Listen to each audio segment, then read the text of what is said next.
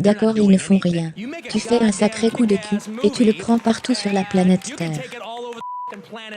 Maintenant, en vrai, je fais des films spécifiques. Et si vous faites un film spécifique qui n'est pas tout pour tout le monde, vous allez détourner certaines personnes. Je grandis en sortant de la peur. Comment obtenez-vous cette vision qui est dans votre tête? Comment l'obtenez-vous sur l'écran? J'ai travaillé pour Dieu 3 ans sur un film de 16 mm, qui a fini par ne devenir que des médiateurs. Vous ne pouvez pas non plus, je veux dire, quand la situation devient difficile, ne pas abandonner votre vision. Faire un film doit livrer les marchandises, comme un film de cambriolage. Mais c'est un film de cambriolage, où vous ne voyez jamais le cambriolage. Maintenant que j'ai écrit le premier passage, qu'est-ce que je pense? Comment puis-je le rendre meilleur? Y a-t-il un autre élément que je peux y apporter? Vous ne pouvez pas faire une jeune fille de 14 ans en Australie, sans avoir à faire une course en voiture à un moment donné. Ça, c'est un cinéaste et un acteur américain. Son film a remporté un succès critique et commercial. Il a reçu une étoile sur le Hollywood Walk of Fame pour ses contributions à l'industrie cinématographique. Il est Quentin Tarantino, et voici son top 10 des règles du succès. J'ai commencé à travailler dans ce magasin de vidéos. Ça, c'est à peu près ce dont vous parlez à cette époque. Et c'était génial au début, parce que j'avais toujours détesté les emplois de jour et autres. Et donc j'ai eu un travail de jour, et ça a fini par être plutôt bon. Mais j'avoue que j'étais là depuis 5 ans. À un certain moment, c'était un stupéfiant. D'accord, je n'avais pas besoin de poursuivre mes rêves parce que ce n'était pas ce que je veux faire, mais c'est en quelque sorte proche. Et si je n'avais pas l'âme d'un artiste qui brûlait en moi, j'aurais pu me rendre heureux avec ça. Si je n'avais pas l'âme d'un artiste en train de brûler pour sortir, j'aurais pu faire quelques pas en arrière et juste faire ça. Et cela aurait été un accomplissement, et bien pour quelqu'un d'autre. Cela aurait été une vie épanouissante. Cela n'aurait pas été pour moi, parce que je ne le saurais pas. Et j'aurais eu quelque chose à dire que je n'ai pas eu l'occasion de dire. Mais ça m'a fait dormir un moment. Et j'ai toujours pensé, je veux dire ce qui est vraiment tout pour moi. Vous pouvez montrer beaucoup de choses différentes. Mais le résultat est le fait que j'ai réalisé que même le groupe de personnes avec qui je traînais étaient super mecs et super filles. Mais c'était facile pour moi de penser que je faisais beaucoup. Parce que je faisais plus pour essayer de progresser que ce qui était. Mais ce n'était pas le cas, d'accord, je suis un gros poisson dans une flaque d'eau, alors quoi, d'accord, ils ne font rien, d'accord. Alors oui, je fais plus que, mais je me suis rendu compte qu'en fait je devais aller chercher mon cul à Hollywood et rencontrer d'autres personnes qui sont dans ma catégorie, ou travailler un peu plus haut.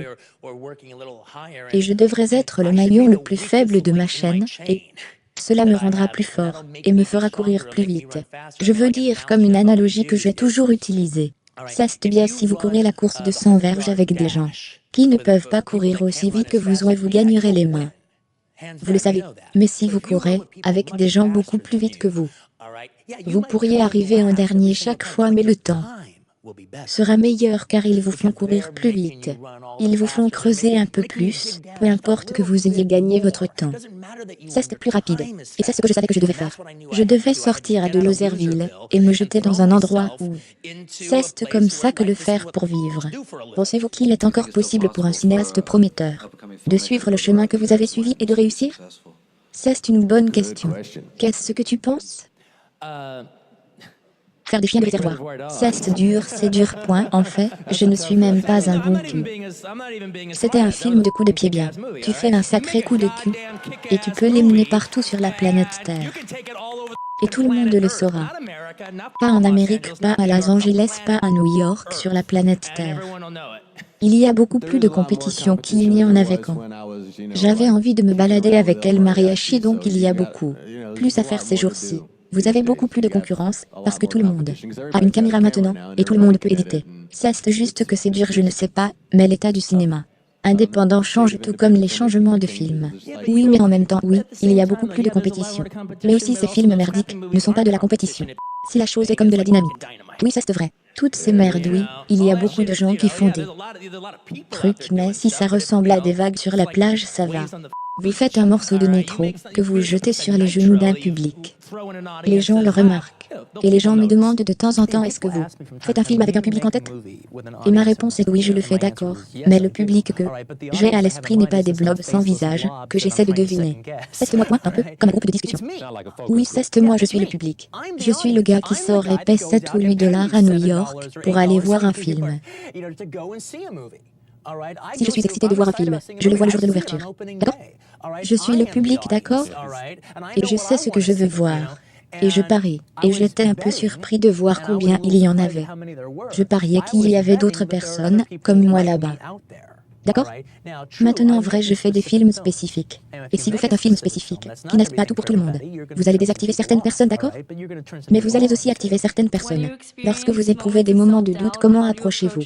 De sortir de cet endroit sombre? Bonne question. Je grandis en sortant de la peur. Si vous pouvez l'imaginer. C'est un bon moyen, c'est charmant.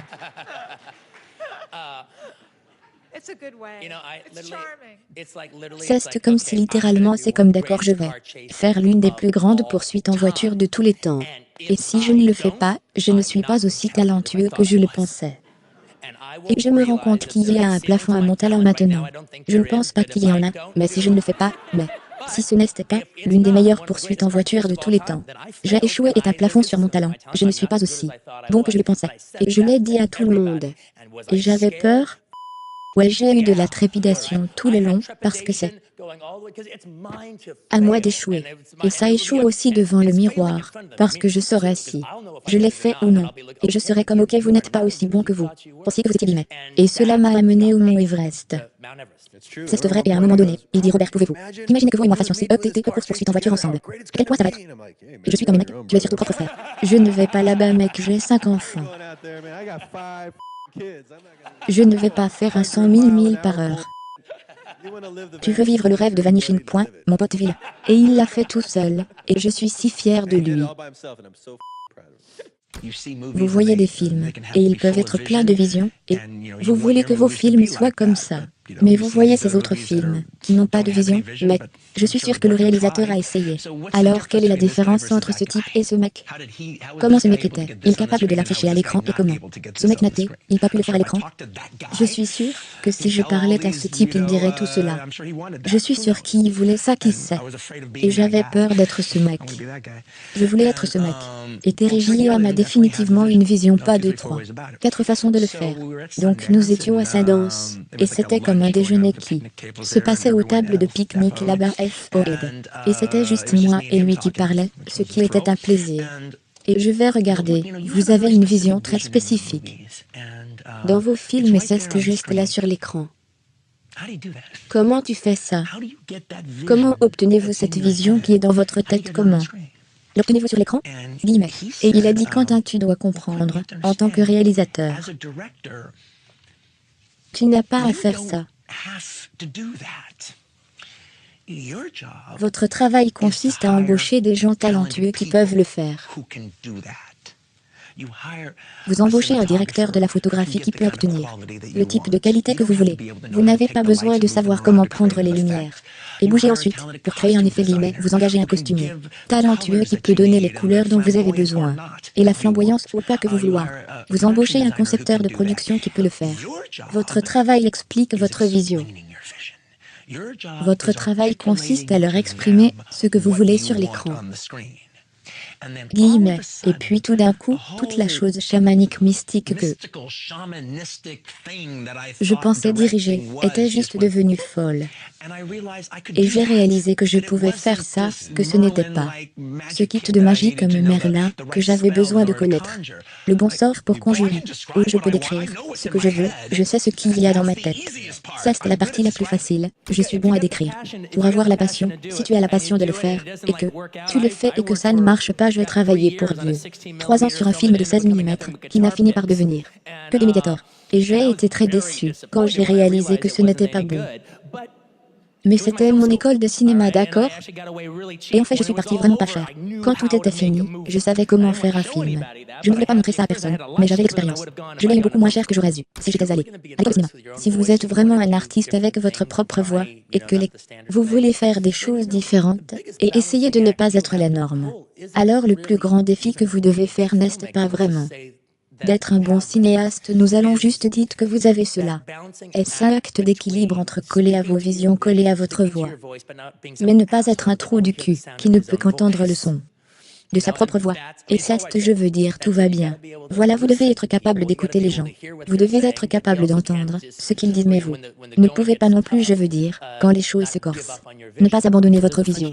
Il y a un réalisateur français du nom de Jean-Pierre Melville, qui est sorti dans les années 50, et qui a commencé à faire toute une série. Il était comme un directeur du divertissement. Il a fait toute une série de films criminels, comme toujours à Paris ou à Marseille ou ailleurs. Ils étaient en fait les films de Bogart, Cagné, des Warner Brothers. Mais ils étaient tout à fait à la hauteur du rythme parisien français. Et ils ont commencé. Et ils sont géniaux, et ils fonctionnent très bien comme les films de Sergio Leone, où ils prennent un genre que nous connaissons, gauche, droite, en avant, haut, en bas et en arrière, bien, mais ils le font avec un style complètement différent et une perspective complètement différente. Et ici, ils ont fondamentalement réinventé le genre. Ils ont créé quelque chose de nouveau qui n'existait pas auparavant. Maintenant, c'est ce que j'essaie toujours de faire avec mes films de genre. Je ne sais pas si je réussis ou pas, mais c'est la tentative. À prendre quelque chose. Vous avez déjà vu, je l'aime, je le respecte, et je vais livrer les marchandises. Je ne suis pas juste un type artistique qui part, mais je livre les marchandises, mais j'essaie aussi de le réinventer d'une certaine manière. Très bien, fait quelque chose, faites-le d'une manière très différente que vous avez déjà vu auparavant, comme dans le cas de Réservoir d'eau. Et encore une fois, ce n'est pas seulement essayer d'être un garçon intelligent. Ce n'est pas seulement une idée intelligente que ça doit fonctionner. De façon très claire. D'accord, mais comme un film de hold-up, livrer les marchandises. Comme un film de cambriolage. Mais c'est un film de hold-up où l'on ne voit jamais le cambriolage. C'est juste ma façon idiote de le faire. Je dis toujours que si j'allais faire comme un film bossu, le gars aurait une opération, comme au début du film Le gars qui était le bossu de Notre-Dame. Chose comme ça. J'ai commencé à écrire comme par exemple vers 10, 30, 11 quelques. Et puis j'écris jusqu'à environ 5, 6 ou 7. Quelque chose comme ça. Mais vers cette époque, vers 5 ou 6, je vais m'arrêter pour la journée.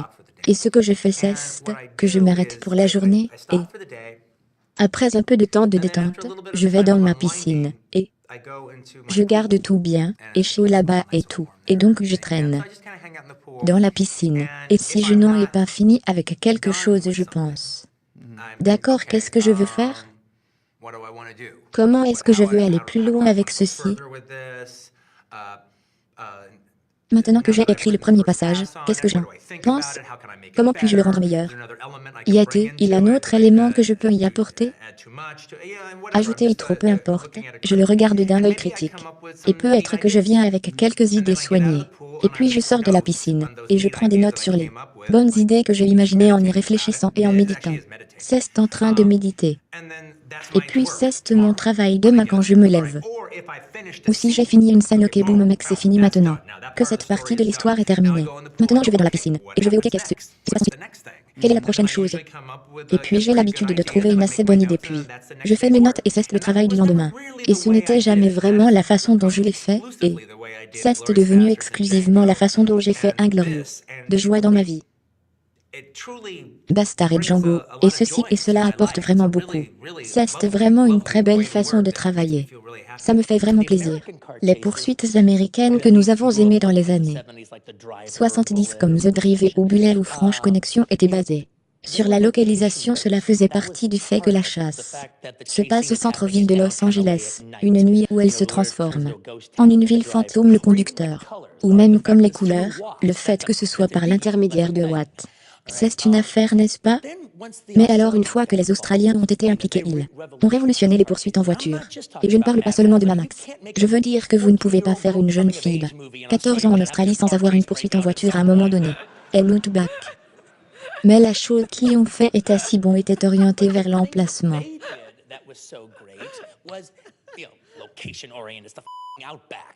Tout ressemble à la même chose, d'accord. Alors tout d'un coup, ils n'ont pas eu de coup de feu. Tout ce que vous étiez dans la poursuite. Vous étiez avec les voitures constamment chaque seconde. C'était comme une chatte de mettre une voiture au bord de la route et de les avoir. Ils étaient avec eux et je voulais vraiment faire ça. Je voulais faire le style australien et apporter là-bas, mais il y a encore une différence et c'est ce qui court après qui. Droite, d'accord? La plupart du temps c'est le protagoniste qui est poursuivi par une bande de flics, comme dans Bleu Broté ou quelque chose comme ça. Vous êtes poursuivi par quelqu'un. Mais les poursuites les plus excitantes, celles que vous êtes sur le bord de votre siège ou MG les obtenir. Les obtenir bien est quand le protagoniste est la poursuite. C'est la personne, et vous voulez que cette personne soit attrapée. C'est cette franche connexion, c'est ce qui fait que Franche Connexion veut que tu veuilles que Popeye Doyle et ce bâtard exactement. D'accord, et ceci était toujours plus émotionnellement connecté lorsque vous suiviez le héros. Eh bien j'ai, les deux dans les miens. J'ai les filles chassées, j'ai des filles qui courent après. Donc j'ai essayé de frapper toutes ces bases émotionnelles. Merci les gars d'avoir regardé. J'ai fait cette vidéo parce que les frères Moreau me l'ont demandé. Donc s'il y a un entrepreneur célèbre que vous voulez que je profile ensuite, laissez-le dans les commentaires ci-dessous, et je verrai ce que je peux faire. J'aime aussi savoir laquelle des 10 règles de Quentin Tarantino a eu le plus d'impact sur vous, laissez-le dans les commentaires. Et je me joindrai à la discussion. Et une dernière chose, que mon objectif de personne avec cette chaîne est de l'obtenir à 1 million d'abonnés. Donc tout ce que vous pouvez penser pour aider à le partager. J'apprécie vraiment. Le tweeter, le commenter, le donner à des amis, l'ajouter à des playlists. Merci beaucoup les gars, continuez à croire et à bientôt. Eh bien je dois dire que toutes les critiques qui en ont résulté ont fini par être une bonne chose parce que l'une des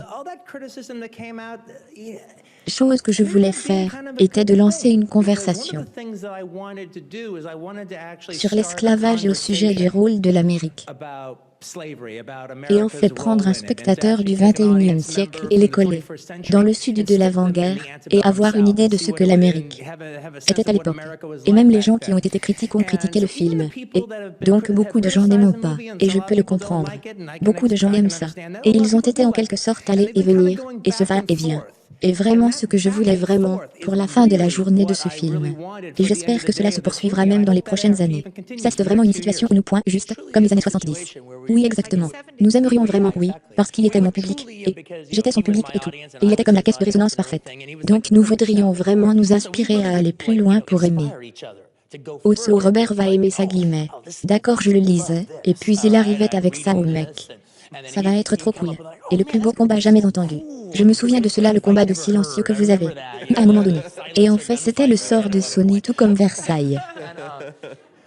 Cet endroit cubain était juste de l'autre côté de la rue. Donc nous aimerions que le web tourne toute la journée puis aller à Versailles la nuit, et manger et juste parler de la façon dont nous allions prendre Hollywood. Un journaliste va tout à coup dire nous voulons faire une grande histoire sur Quentin. Nous voulons juste passer du temps avec lui et lui faire faire ce qu'il fait pendant sa journée guillemets. Ce que je fais pendant ma journée c'est que je sors au restaurant et que je vais au cinéma c'est ce que je fais. Et je traîne avec mes amis et d'autres choses. Je ne fais pas de sport, je n'aime pas le sport. Quelque chose avec une balle pas bon d'accord. Je ne suis pas dans le sport, je ne suis pas dans les voitures. Ou quelque chose comme ça. Je veux dire que je suis dans la conduite d'une voiture, mais je ne suis pas dans, comme je ne collectionne pas de voitures. Ou de faire des voitures de modèle ou quelque chose comme ça. Je suis dans les films et les trucs d'horreur. Et comme je l'ai dit, je traînais avec mes amis, je regardais la télé et je m'amusais. Et maintenant je suis en voyage, j'aime voyager. J'aime être ici à Londres, c'est génial. Oui, j'aime aller à différents endroits, et d'autres choses. Mais ça c'est un peu ce que j'aime faire. La meilleure chose est maintenant que je gagne ma vie dans l'industrie. J'ai un peu d'argent, et vous devez voir, avant quand je n'avais pas d'argent du tout, tout ce que j'ai dépensé mon argent était, de toute façon des films. Acheter des vidéos, acheter des disques, acheter des affiches de films. J'ai une grande collection d'affiches de films, acheter tous ces souvenirs. Acheter toutes ces conneries. Quand je n'avais pas d'argent à dépenser, j'ai dépensé mon loyer pour ça. J'ai maintenant plus d'argent à dépenser, et c'est déductible d'impôts parce que tout est dans l'industrie donc je comprends tout. J'ai beaucoup plus d'argent à dépenser. Je peux acheter tout ce que je veux, d'accord, et tout est annulé. À la fin de l'année. Je veux dire, c'est comme quelle vie c'est génial.